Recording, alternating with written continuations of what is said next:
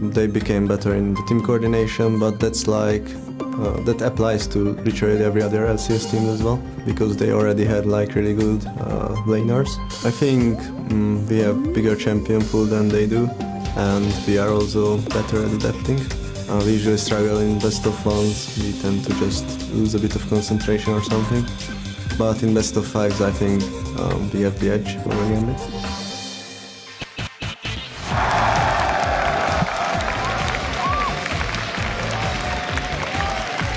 Championship series where it's all tied up at 1 win apiece between the Unicorns of Love and Gambit Gaming. We just heard here, Unicorns have deeper champion pools.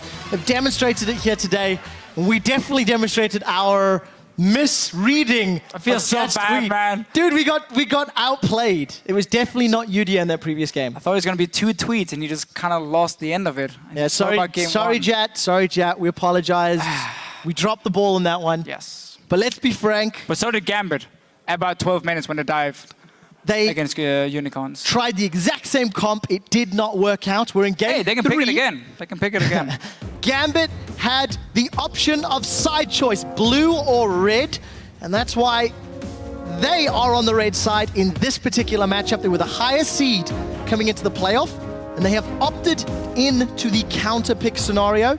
They did not take advantage of that in the previous game, and we're not seeing a divergence from the bans No, just exactly yet. the same. And I wonder if Unicorns is going to try and go with some of the same comp. They have to remember they were losing the early to mid game. And hadn't been for that dive from Gambit, the game would have been completely different. So I wouldn't be too surprised to see Gambit go for somewhat the same, because it has already shown it is a very effective comp from them. Problem is just Pinoy and the Zergot is dying in lane when he's not supposed to. And we saw how important that first pick Morgana was for Hylissang. Exactly the same. 3 games in a row for Morgana for Hylissang, and when you're hitting as many dark bindings... Why not just go Marco Rek'Sai again for Gambit? I mean, we might just see exactly the same comps. Swing and a miss, swing and a hit. Gambit have won 1, lost 1. Let's see if it's just execution. Maybe we'll see the similar types of comps 5 games in a row. And it'll come down to decision-making in game. Is there a more manly way to prove you're the better team? There's not. Unless you play Bard. Well, Nidalee is not going to be seen, as we've highlighted. Rek'Sai obviously locked in here for Diamond. But with the Sejuani band away on the side of Unicorns, plus that Gragas... This is a repeat. I mean, Gambit has no reason not to just go Urgot again. And beforehand they had the Cho'Gath as well.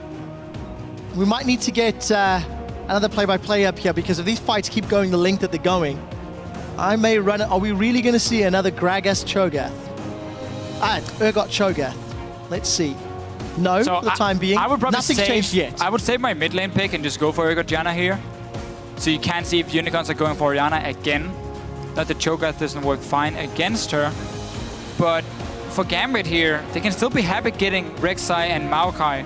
Because it is a super, super good combination in terms of ganking that top lane. You get a massive fed tank. Okay, they're swapping it up here. No Urgot from Gambit.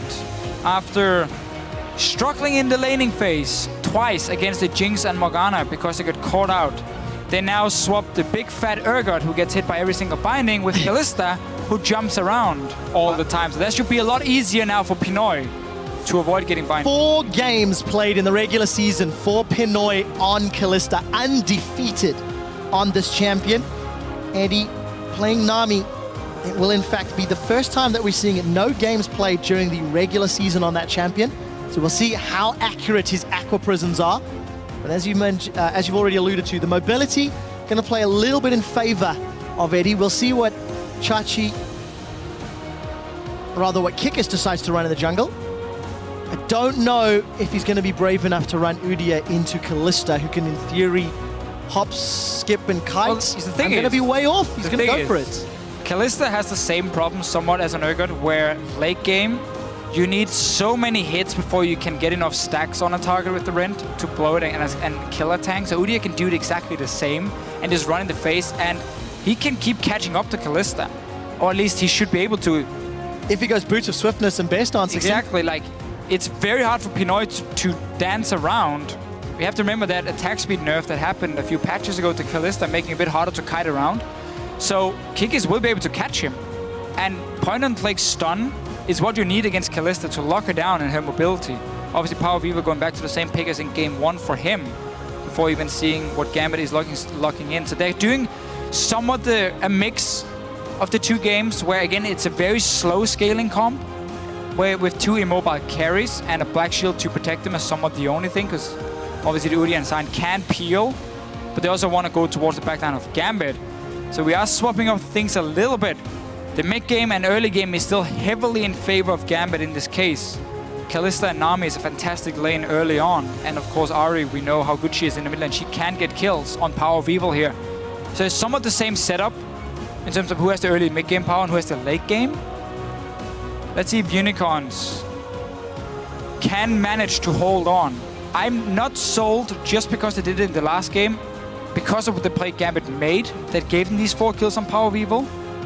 We're gonna have to see if they have improved and can, you know, in terms of their, not make should we mistakes. say, not get gifted 4 kills on their mid laner and still get to late game. That's what we're gonna have to see. I like this pick honestly for Kickers in this case as well, because there's still, okay, Ahri's gonna add some more damage on him, but Kalista, if he's running at her with boots of swiftness and everything, that's tough to say for some reason, he should be able to stun him and then single target focus from Unicorns. Well, we'll see whether or not Gambit's altered team composition can work. They've got better siege, slightly improved wave clear, I think, with their Ahri and their mobility as well. Team comps are on your screen, guys. You've been voting Unicorns all day. Let's see whether or not your faith has been shaken. Hashtag UOL win, hashtag GMB win, at LOL Esports. We will keep track of those votes. This is the first time Gambit have altered their team comp in the series. And once again, they opted into red side for game 3 as we load up onto the Rift. Gambit Gaming, the higher seed, looking to maintain control of the series. Laning phase, all important for the Unicorns of Love. Kickers was counter-ganking Diamond Procs for the entirety of the laning phase previously. We should expect more of the same. We have to remember that level 2 gank as well from him. He did red buff and then he went straight to the bottom lane, flashed onto Pinoy and killed him with Vardox and Hylissang. Gambit once again looking to invade at level 1, get then these wards to try and spot where Unicorns are sending their laners. You can be more than happy doing standard lanes again for Gambit. Kalista and Nami, super strong, especially if you win the race for level 2. Your all-in potential is fantastic on an immobile carry like Jinx. Small adaptation for the Unicorns of Love this game. Group themselves up to mirror the invade from Gambit. Get their own vision down. Let's see if they make any changes to their laning setup as it stands. In the 2 previous games, we've had head-to-heads, but as you've already touched on, Deficio, Hylissang and Vardox seem to set their sights in this top lane. Can't really blame him for that one. This is tricky matchup, and Sion obviously does really well in a lane swap. He gets the level 2 from the camp, and he can sit and farm with his E still from range in the swaps. So we will have no information for Gambit to really spot what's going on. They have a ward between the towers, but they obviously haven't seen anything. So they should expect now it's going to be a swap. And look at this. Very early on, they group the minions together so they can do crooks as well. Don't have to do Grump and not get a freeze. Let's see if they manage to line them up correctly to all hit the first minion. Beautiful setup. So you get the freeze with this, because now obviously your first minion here is going to die a lot faster than the first minion from the Unicorns, and you got the crooks. Normally what happens is you do like Grump, you get to the lane extremely late, and then you don't get a freeze and you have to build up the wave and go potentially and dive the enemy top lane if he shows up with Gambit here. Smart adaptation. Very well thought out. Flash bubble forces the flash from Power of Evil. That's going to be so important for Betsy to grab control of the middle lane. And for the first time in 3 games, we should see some action, considering Betsy's got a relatively advantageous matchup before 6. And then once Power of Evil can start summoners of Power of Evil even used a Ghost. Clearly a little bit of panic when suddenly a Nami at level 1 flashes in with the bubble. So really nice start from the bottom lane of Gambit. Now we need to see what they can do with Sign already showing. It's going to be the flash bear slap again. A lot of people behind him. Bear slap is up, the slow lands, manages to get the Charm of Morgana. We do see the ignite, but here comes Diamond to counter gank Unicorns of Love. Kickers, 100 HP, but trying to get away. We do see those auto attacks onto Diamond. In reply, Unicorns did the best they could to get something back, and they trade summoners across the board. Credit to Betsy here for staying on the bottom side of the map. When you have these lane swaps again, you rotate the map around, so he knew they were going to be on the top side, stayed there, had Diamond as well come in and help him. And meanwhile, while we've talked so much about what Gambit did on the bottom lane, the mid lane ganks, top lane, I don't think there was a freeze from the Unicorns. At least they haven't done anything to stop Capuchan. Look at the damage here from Gambit. But up in the top lane here, because Hylissang was roaming and jungling, Capuchan got a lot of farm in the lane.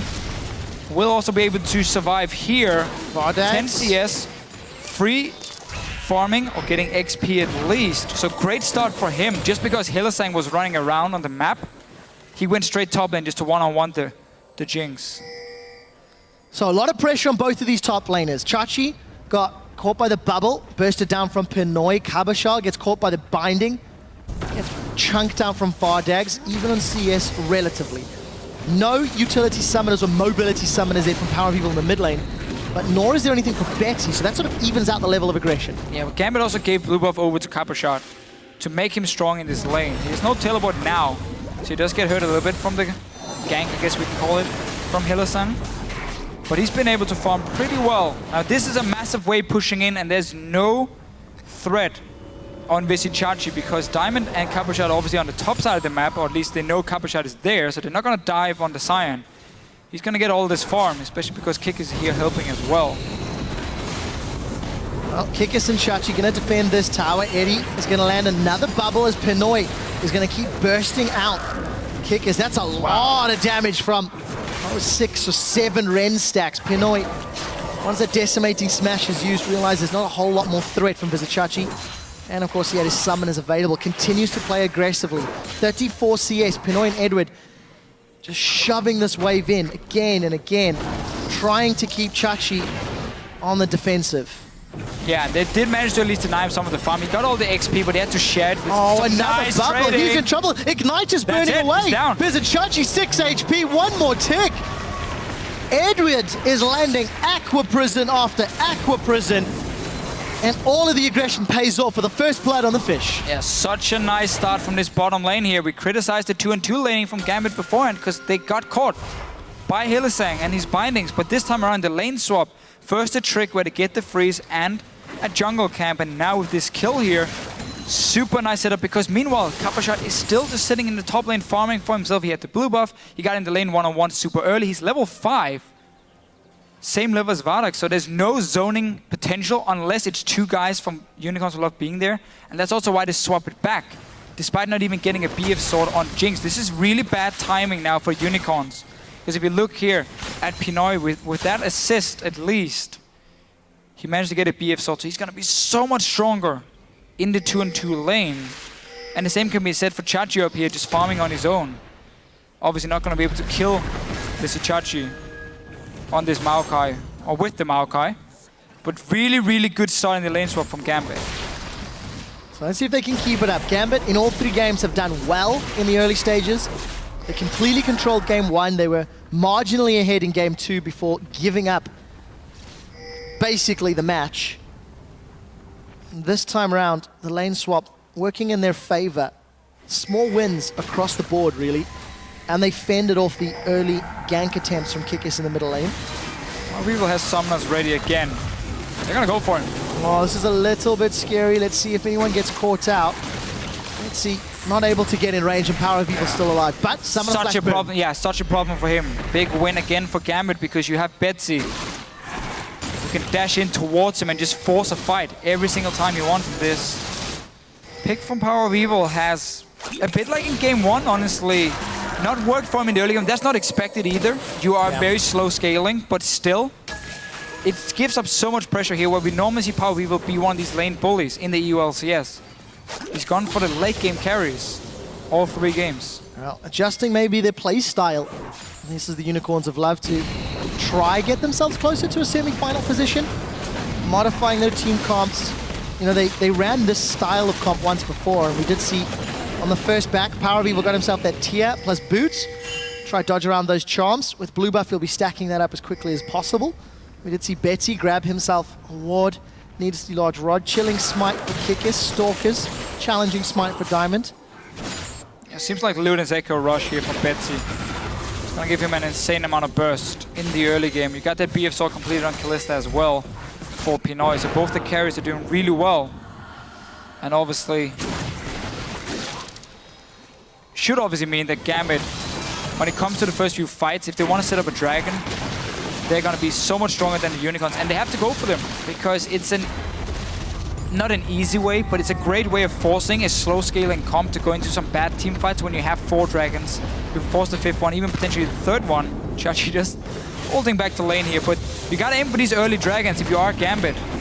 When you are this far ahead on your carries, simply because you want to force that ticking time bomb to be a thing. Now let's see, they've got the numbers advantage in the bottom lane. Eddie and Pinoy have been playing aggressively all series. They've got an item advantage. Look at the CS advantage that's growing. And if Edward on this Nami can land a few more of those Aqua Prisms onto Vardags, maybe they can turn it around, but it is a little bit easier to Black Shield an Aqua Prism, considering you can see it flying through the air. So extra time for Hylissang, who really has been on form of this Morgana all game long. That's very true, but it's different cooldown. I mean, you got 22 seconds on Black Shield, where the bubble on Nami is 13 seconds. So there's quite a difference here. Eddie can throw it out, bait the Black Shield, and then just have round 2 ready before Black Shield is ready. So we talked about these early dragons. Well, Diamond, he seems to agree. Going down to Solid. You are winning mid lane, you're winning bottom lane. You have both lanes pushed down. There is nothing that can stop Diamond from taking this one. And that's why he can just start it on his own. He doesn't even care about the ward. Because how is Power of Evil going to move? How is Vardags going to move and stop it? They're not. And they don't, so 10 minutes, 3 seconds. Dragon is secured for Gambit once more. And sort of the leading man in both of these team comps has been the junglers. Diamond from game 1, snowballing Kabashard ahead. Kikis grabbing control with that Udyr frontline. Yes, Power of Evil was the shining star, the lead singer, if you will. But Kikis' Udyr allowed so much of that work to happen. Let's see if any of these Aqua Prism trades does connect onto Vardags. Black Shield traded. Edward, with Tidal Wave available, is going to throw it out. Going to go very aggressive. Vardags going to get slowed. Pinoy does get caught by the Dark Binding and unable to secure the kill, but that is a lot of presence and pressure and a big minion wave that is potentially going to be denied. Another good Black Shield from Hylissang here. Completely wasted it before, honestly.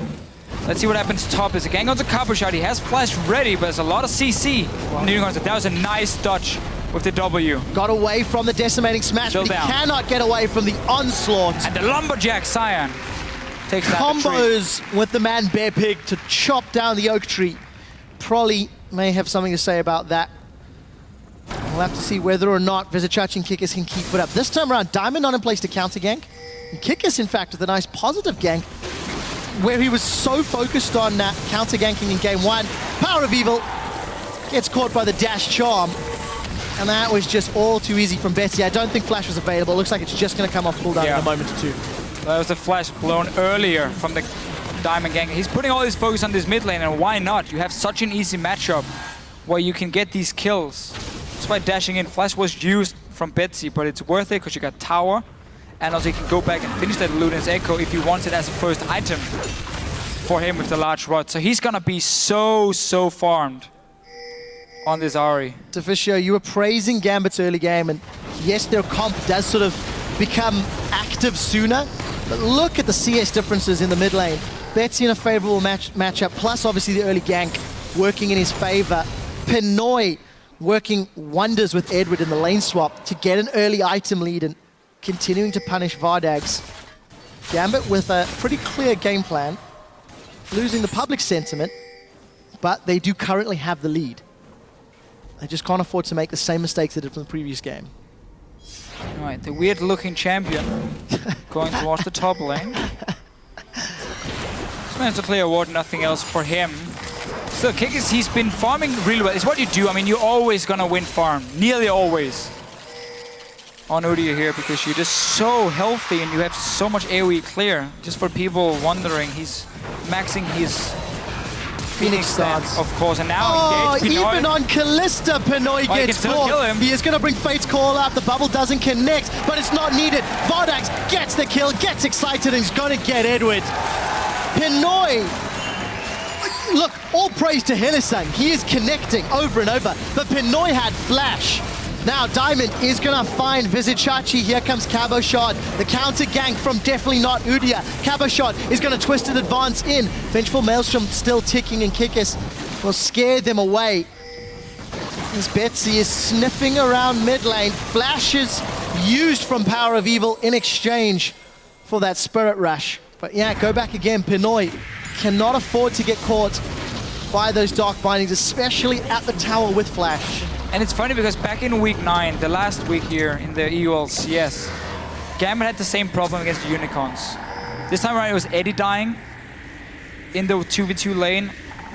And 3 games in a row now, Pinoy's being caught, giving up kills. In a lane matchup, he's winning.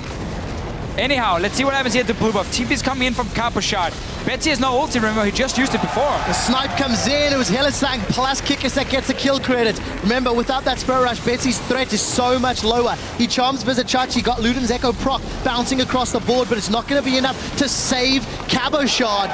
2 quick kills, and Gambit are punished for being caught in enemy territory. It's game 2 all over again. Much like game 2, again here, Gambit feel like they have to go for a fight despite not having ulti on your Ahri in the mid lane. You didn't have to invade on that blue buff. You're not really gaining a whole lot by doing it, other than being an extremely risky call. Hylissang had roamed from base up there to join his team, and once again, the Unicorns, despite falling behind early, they punish Gambit for making mistakes.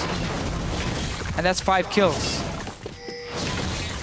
2 of them on Vardags. Earliest Infinity Edge of the series, 15 minutes played. Jinx in all 3 games. Still behind in CS to Pinoy. And obviously been involved in some of those fights. And Gambit... He's been behind in every game, but he's been getting kills in every game. So it almost doesn't even matter for him. And now Gambit is gonna... They're still in a fine spot in terms of, you know, hitting the mid game. You got Luden's Echo on Ahri, so she can one-shot nearly everything on the side of Unicorns of Love. But you're making it a lot harder for yourself. Dragon is spawning in 30 seconds. Gambit has to secure this one to keep going towards his 5th or the 5 dragons and force Unicorns into some fights before potentially they are ready. It's what they did in game 1 that works so well. And let's talk a little bit about Hylissang, because Annie has been banned by Gambit in all 3 games. And Morgana's been first picked, or first rotation picked in all 3 games. Edward gets caught up by the bear slap.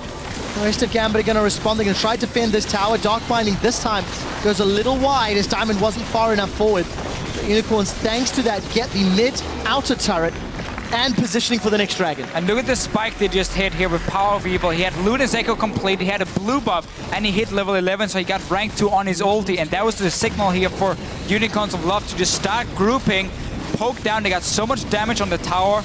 We'll get a dragon as well. Gambit is trying to respond though, saying, fine, okay, you take that dragon, we're gonna try and trade at least for a top tower.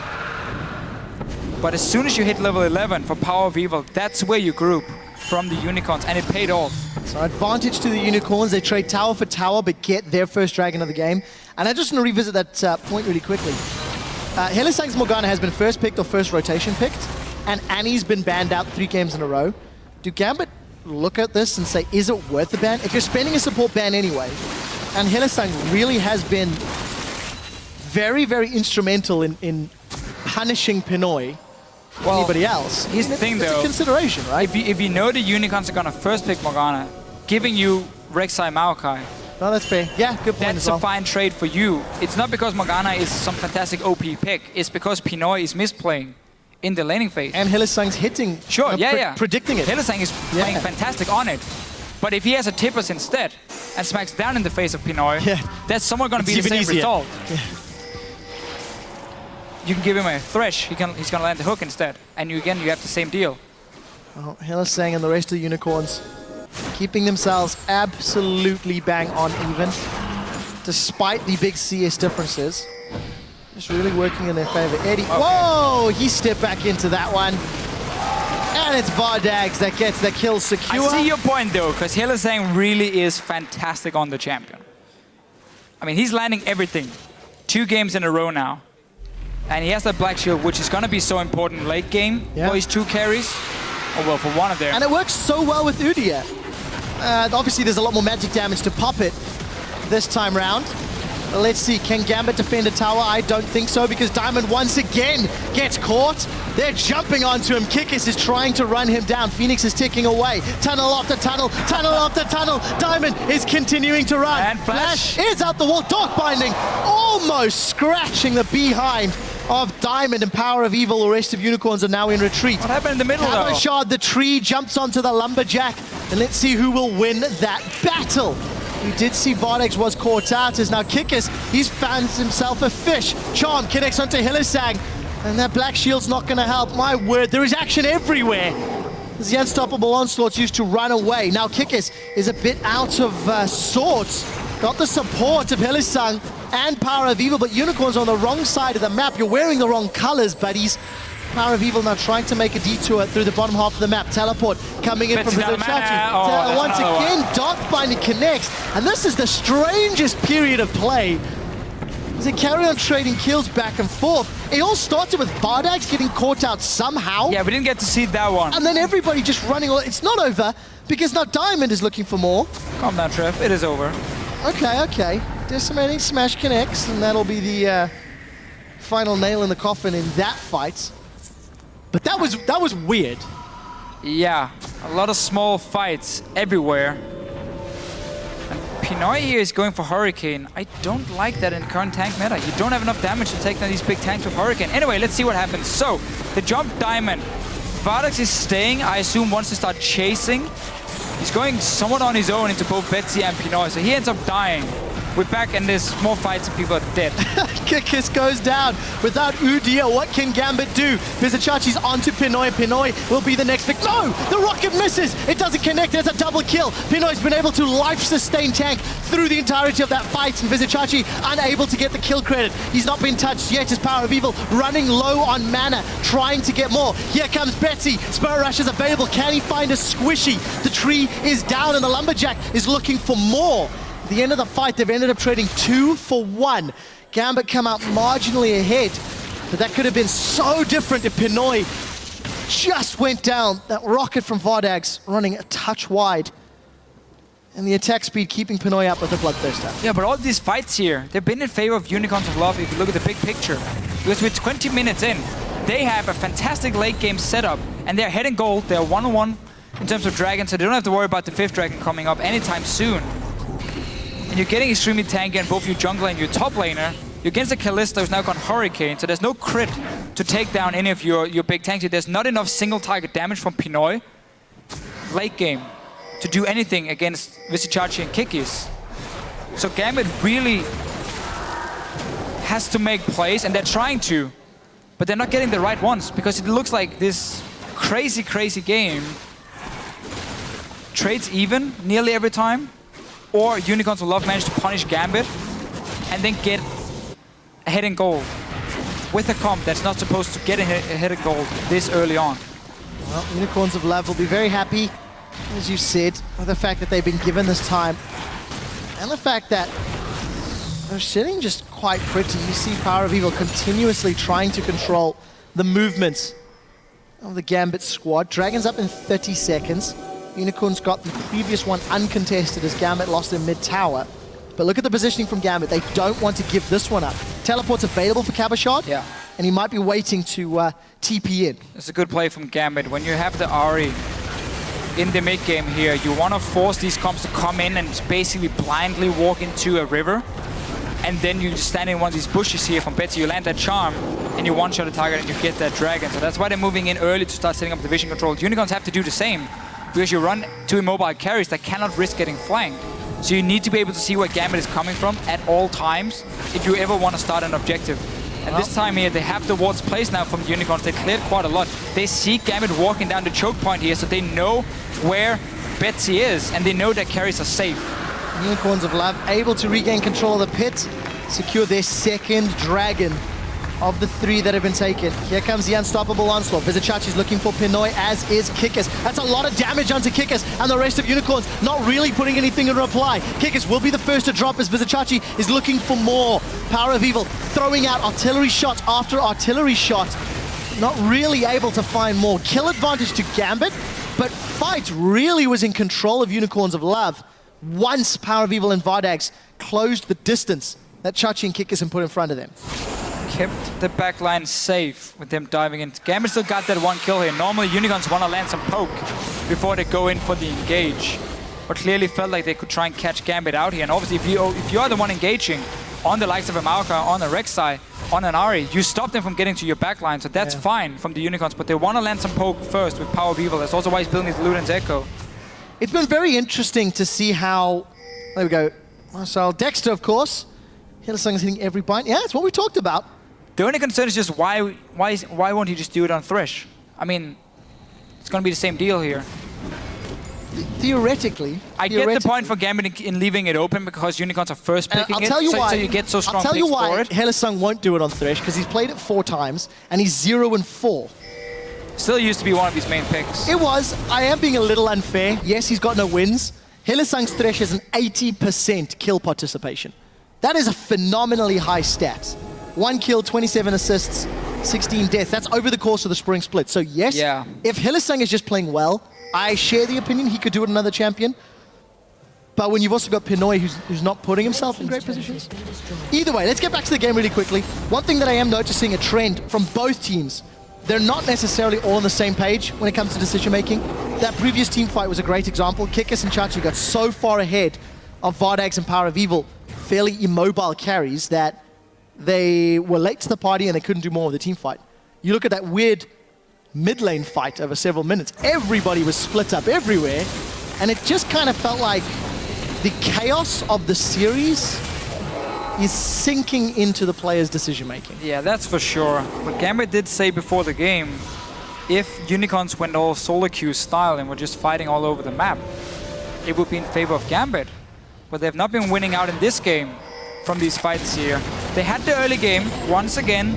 Betsy won the mid lane, got the tower, got kills, and everything. It was looking great in the bottom lane. There was a big CS lead for Pinoy. And then suddenly, the mistakes come, and Unicorns managed to punish them every single time. And that's why they are ahead in gold now, ahead in Dragons. Notice how much more cautious Gambit's playing as well. You contrast to the previous 2 games, and Gambit realizing they need to strategically pick their fights more often. And we actually thought coming into the series that Gambit were a pretty good team at finding the fights that suited the game and their team comp. And that's just not really been the case over the last 2 matches. No, definitely made some over-aggressive plays. They're trying to trap Unicorns, but they're just backing away. There's only Diamond kind of sitting in there, so you couldn't really do a whole lot from them. And Unicorns of Love don't really mind too much. There's wards in the jungle because there's no objective to fight over. See this from Power of Evil quite a few times as well. The Elixir being picked up fairly early. Sim to start this poke. Engage come in from Chachi. Oh, Chachi's on the back line. The tidal wave's going to split up Unicorns ever so slightly. How long can Pinoy stay alive? Diamond gets caught by a Dark Binding. His Cabba shot is still on the front line. He will get dropped shortly. Vizicachi's forced away from the fight, but it's Unicorns of Love that get a kill. The Zap just goes wide, but the Living Artillery does not. And Power of Evil get the second kill of the fight as the Unicorns with a great re-engage. Vizicachi from the side, splitting up Gambit. The Unicorns gain control of the jungle. Gambit really struggles when it comes to getting or reaching the backline of the Unicorns of Love. Again, Vardags, Power of Evil, they are perfectly safe. The engagement was onto Hillsang, I believe, who flashed away from the bubble. And then we just saw Unicorn say, fair enough, we have a good opening here. You're standing somewhat in a choke point. We have a sign charging from the side. And they take another win from them. Now you have this Jinx to fast push down the tower, so you are in a prime position to keep extending your goal lead. Dragon is up in about a minute's time. That's going to be the next objective for them. Gambit, in this situation, doesn't really have any clear-cut objective to go for. Because if you start sieging on a tower, there's enough wave clear on the Unicorns of Love side to just stop you from getting that tower ever. You can't really split push, because you have a Maoka into a sign. That's never going to go anywhere. You can use the Rek'Sai potentially as a split pushing tool.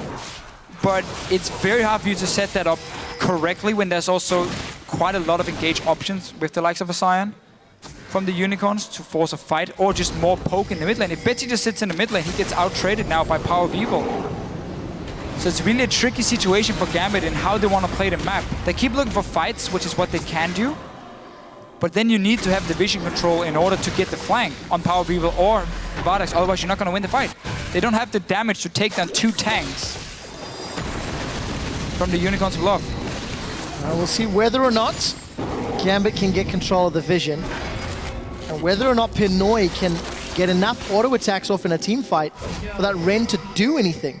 Kikis is just getting beefier and beefier. 3,300 hit points before a 230 shield that can, you know, pop up every 5 Look or what so Gambit is seconds doing now, though. They're from trying to simply flank around Unicorns from multiple angles. Oh, this is so scary. Look at Diamond here. He's gonna come in from behind onto the 2 carries. So Diamond has managed to find them There we with go. Cabo Shot. They've got the first kill into Power of Evil, and the Acathian Surprise will get some reply back. Edward continues to chase as Pinoy is hammering through. He's got the Bloodthirster lifesteal, but he gets popped. Kill from Vardax. They've traded AD carry for AD carry, and everybody's going down. It's the top laners and the tanks doing battle, but Kikis and Chachi are in a better situation. A giant tree is being chased by a lumberjack, and as all things remain natural, the axe looks to cut down the oak tree. Diamond will be the first to fall as Chachi continues to chase, gets a knock up onto Cabo Shot. The bear slap holds him in place, and the Phoenix dance burns him down.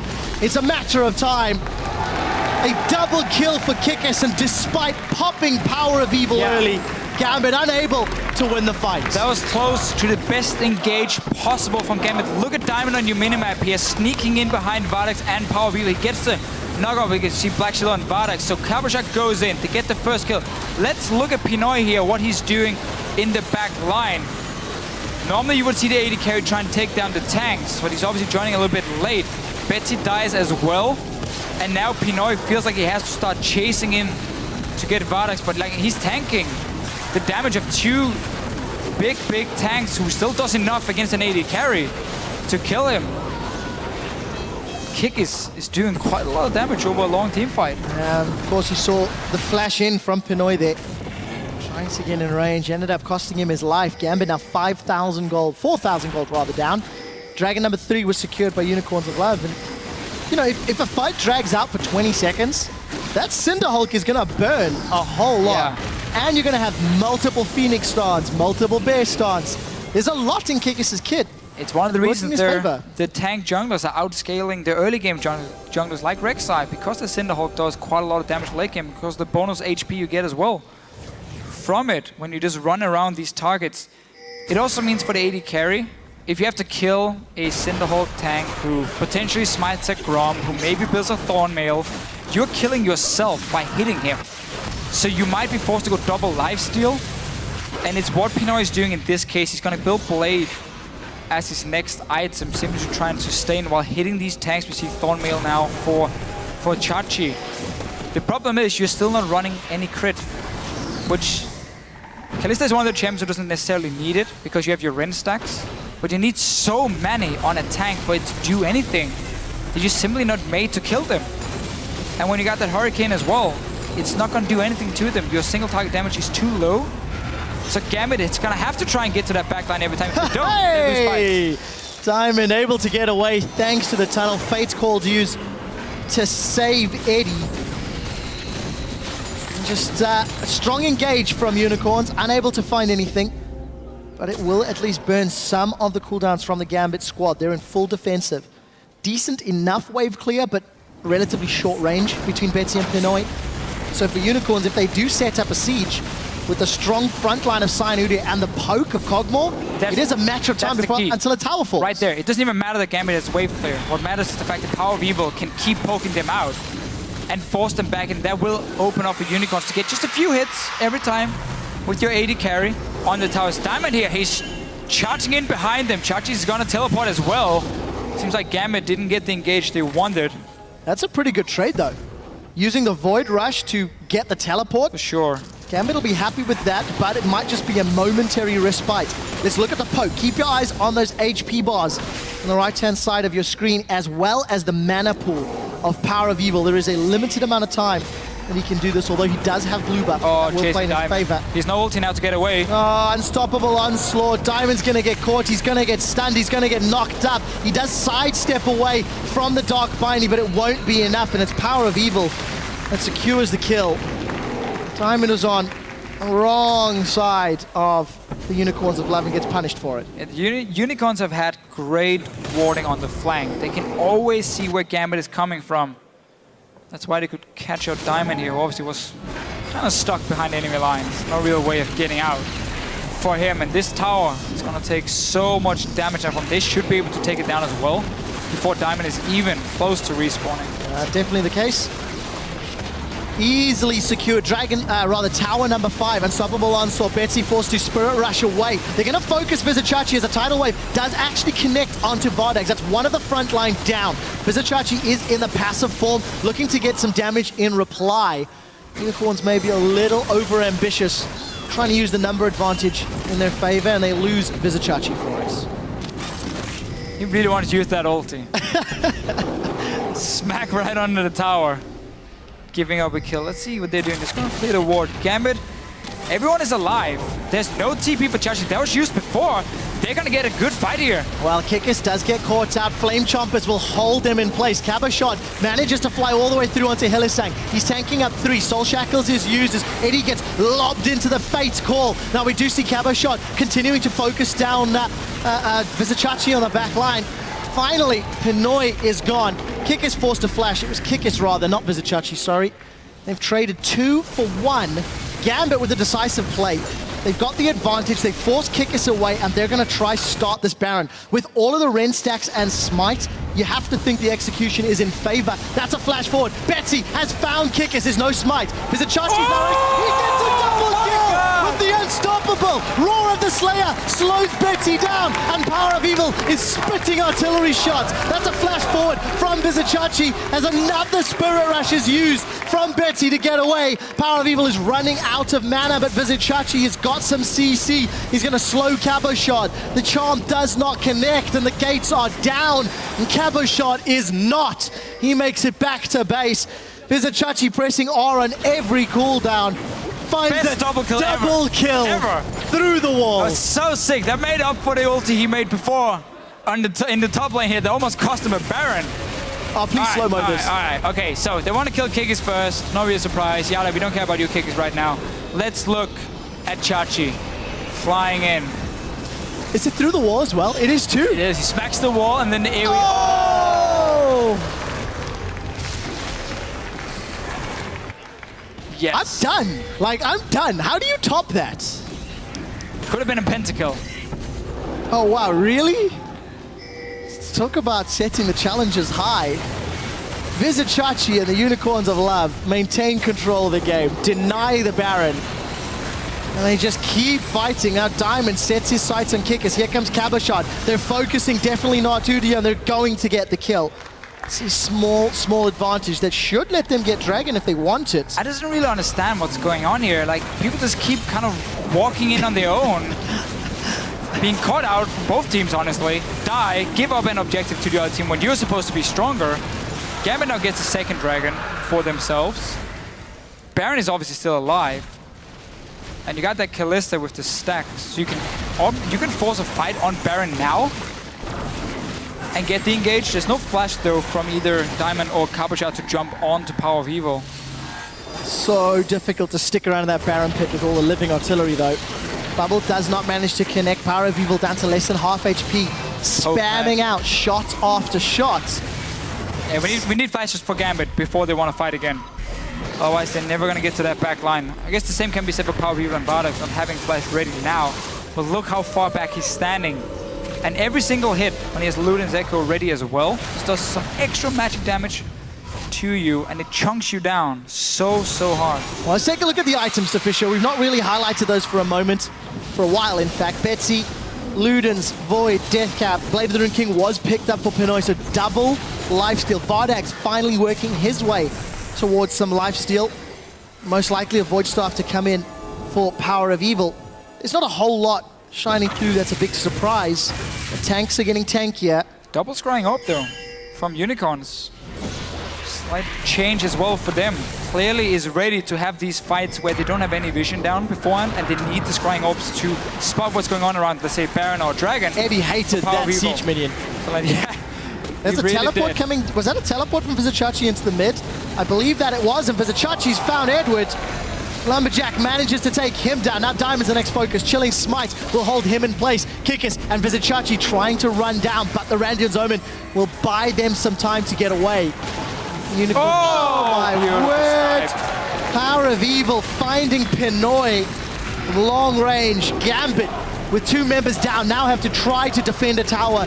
That's going to be impossible to do. Unicorns of Love on the inhibitor turret, as well as the inhibitor. This is going to give them absolute map control. Not that they didn't have it before, but this will stamp a level of authority and dictate Gambit's moves even further. Might even be able to finish here. I mean, there's 25 seconds on Pinoy. They're going for the tower at least. Still got these 2 mega tanks in the front. Looks like we're in for a dramatic finish. Eddie's been able to survive, revive rather, 15 seconds before Pinoy can set up. Living artillery after living artillery after living artillery, and Power of Evil gets another kill. 6-2-7 in the back line. Eddie, Cabochon, and Diamond, you cannot defend your base long enough. The rest of Unicorns of Love at 39 minutes take down the Nexus and go 2-1 in this best of 5. Getting a little bit scared in Champ Select. They were running this very late game comp again with 2 carries who had to scale up because of what happened in game 1. They fell behind again, but they just show a fantastic ability to punish Gambit every single time they make a misplay.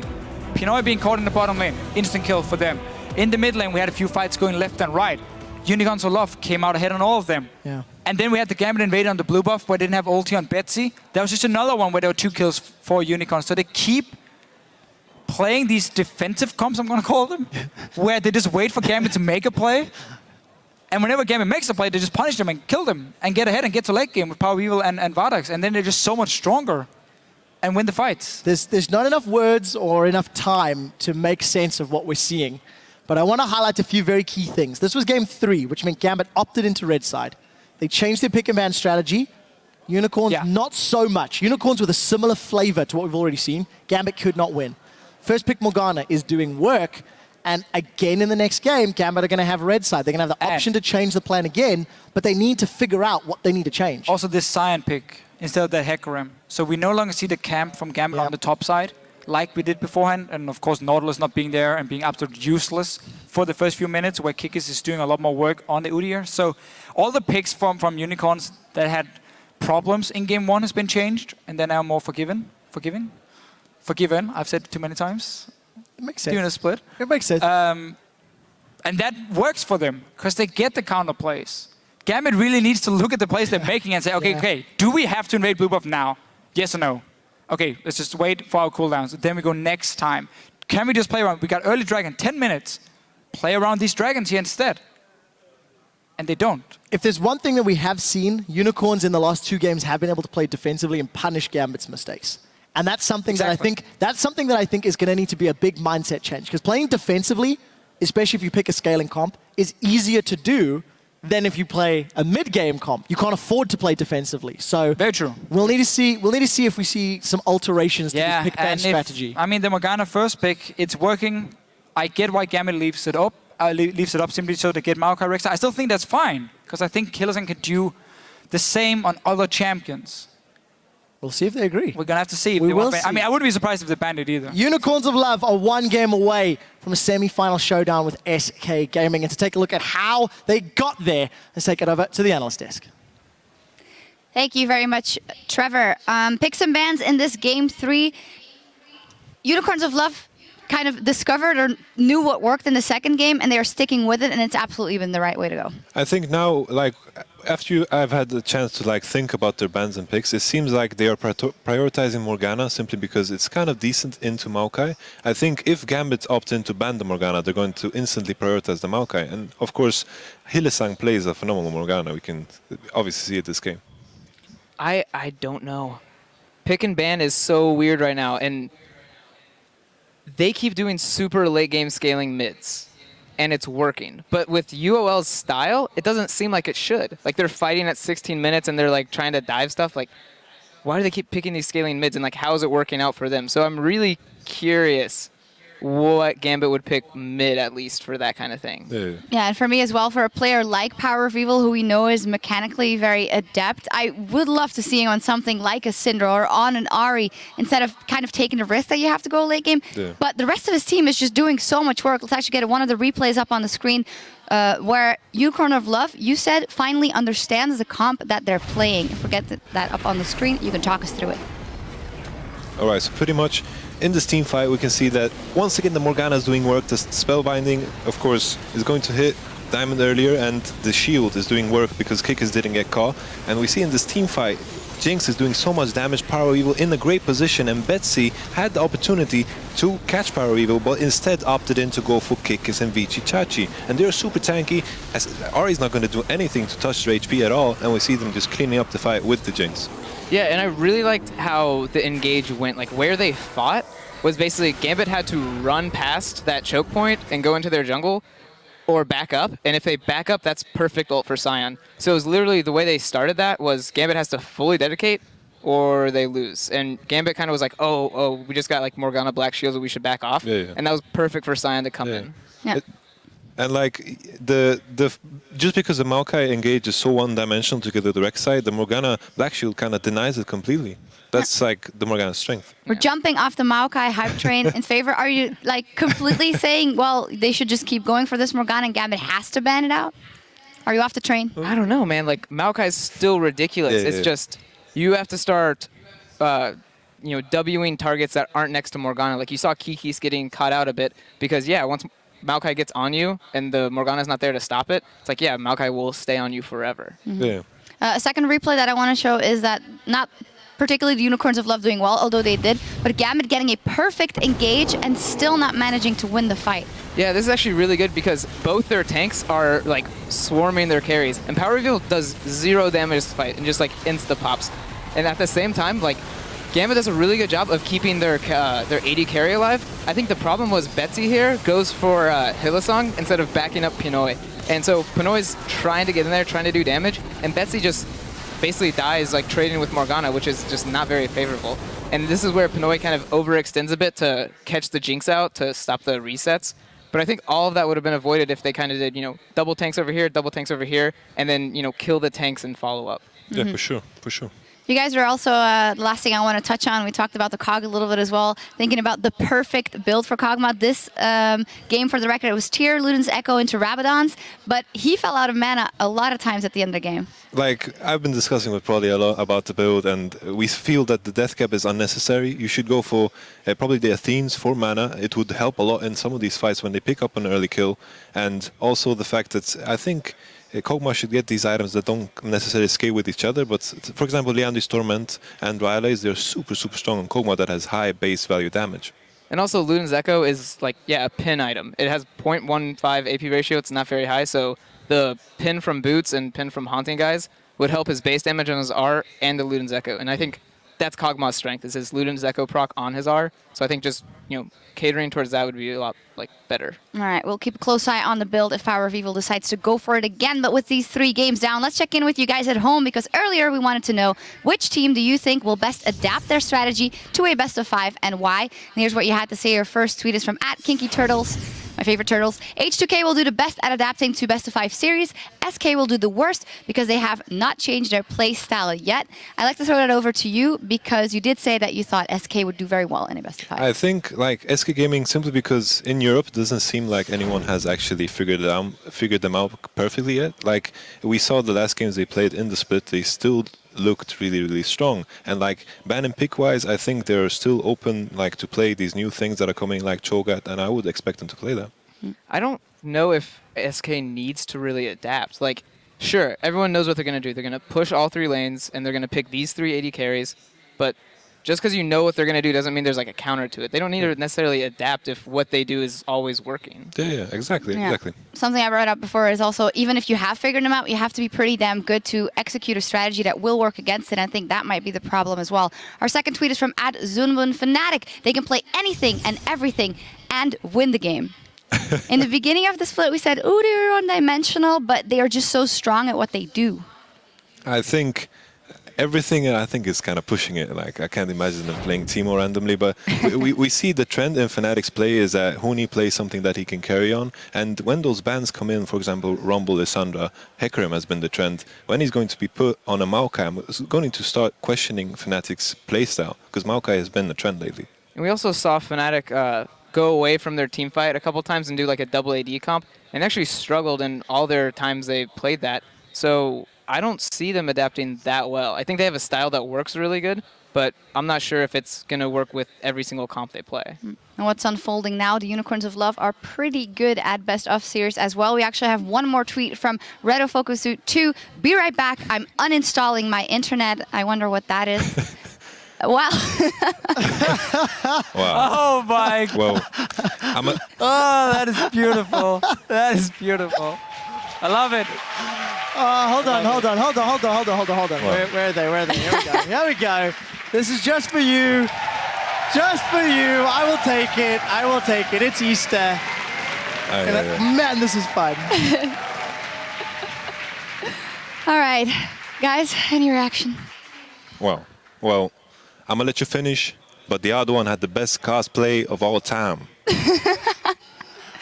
Probably is just going to nod. It's fine for him.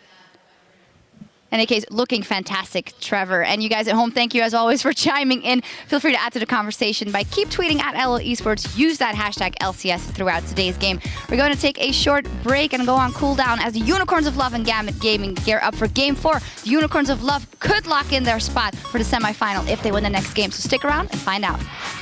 Yo, go full Pinoy, you got this, buddy.